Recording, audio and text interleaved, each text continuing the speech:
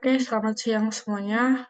Perkenalkan, kami dari kelompok 2 dari kelas kompensasi B akan memaparkan mengenai PT Best Logistic Service Indonesia. Next.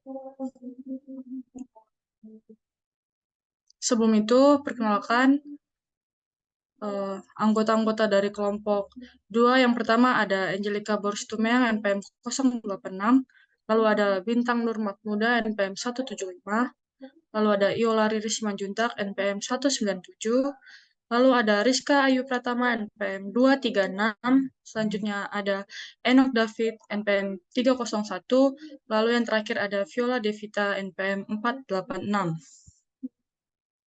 Next.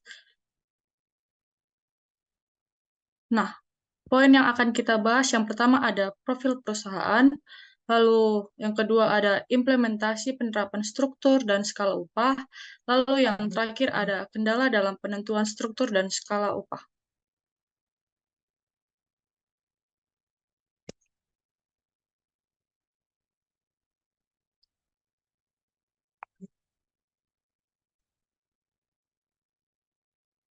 Sebelumnya itu kita harus tahu dulu apa itu profil dari perusahaan PT Best Logistics Service Indonesia.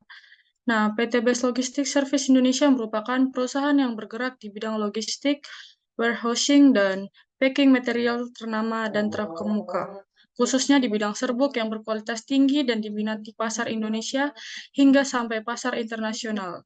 PT Best Logistics Service merupakan anak cabang dari perusahaan motor terkenal Honda Logistics Inc. PT Best Logistics Service Indonesia terletak di kawasan Industri Delta Silicon 1, Cikarang Selatan, Bekasi, dan PT Best Logistics Service Indonesia didirikan pada tahun 2007 dengan tujuan menyediakan layanan yang efisien dan berkualitas tinggi. Nah, perusahaan ini menawarkan berbagai macam layanan logistik. Yang pertama ada freight forwarding, warehousing, lalu kedua ada custom clearer, yang ketiga ada transportation, yang keempat ada inventory management, dan yang kelima adalah value add service. Next.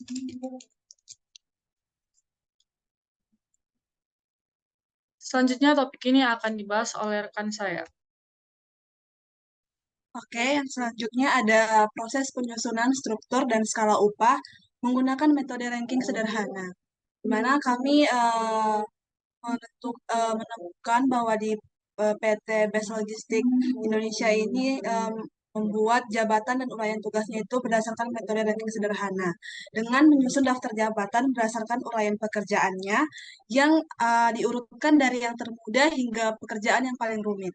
Lalu selanjutnya mereka membuat tabel struktur dan skala upah, di mana tabel struktur dan skala upah itu mengandung kolom-kolom yang membuat jabatan, golongan jabatan, upah terkecil, dan upah terbesarnya. Selanjutnya,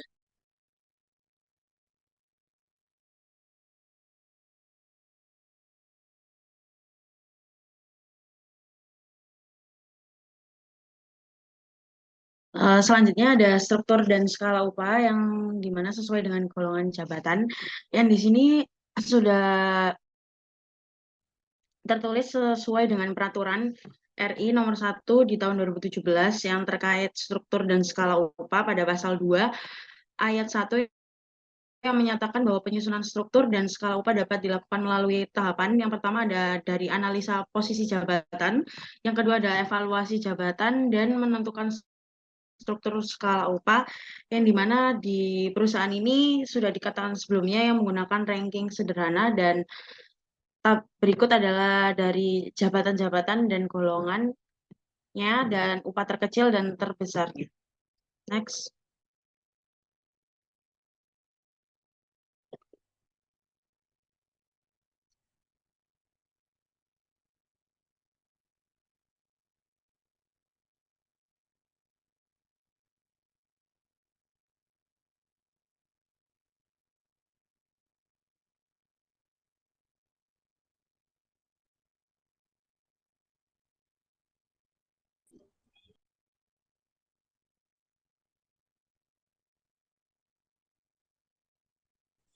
Ya, baik. Selanjutnya ada tabel struktur dan skala upah berdasarkan golongan PT Best Logistic Service di Indonesia. Dari tabel ini kita bisa melihat cara penentuan struktur dan skala upahnya melalui dari PT Best Logistic Indonesia. Dan PT Best Logistic Indonesia juga sudah menerapkan peraturan pengupahan sesuai dengan peraturan kementerian, dan berikut adalah tabel untuk struktur dan skala upahnya. Next.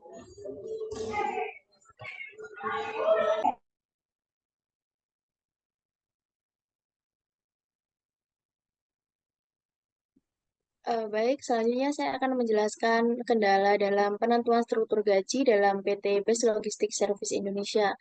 Untuk kendala yang pertama yaitu volume produksi yang fluktuatif dan cenderung turun, sehingga order perusahaan berkurang terutama pada saat pandemi COVID-19 melanda, khususnya di Indonesia. Hal ini tentu akan mempengaruhi penerapan struktur dan skala upah dari sisi variabel kemampuan perusahaan. Kemudian kendala yang kedua yaitu nilai upah minimum yang setiap tahunnya selalu naik akibat terjadinya inflasi dan sisi lain volume produksi malah menurun.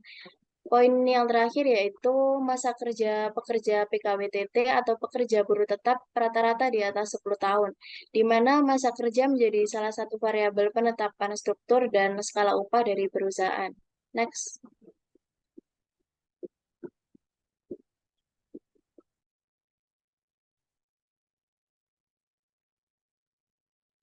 Ya, untuk kesimpulannya sendiri, kita berdasarkan informasi terkait PT Best Logistic Service Indonesia, melakukan sistem penyusunan struktur dan skala upah menggunakan metode ranking sederhana dengan melakukan langkah pertama yakni menentukan jabatan dan uraian tugasnya, lalu diikuti langkah kedua yakni menyusun daftar jabatan berdasarkan uraian tugas yang diurutkan yang dari termudah sampai yang tersulit.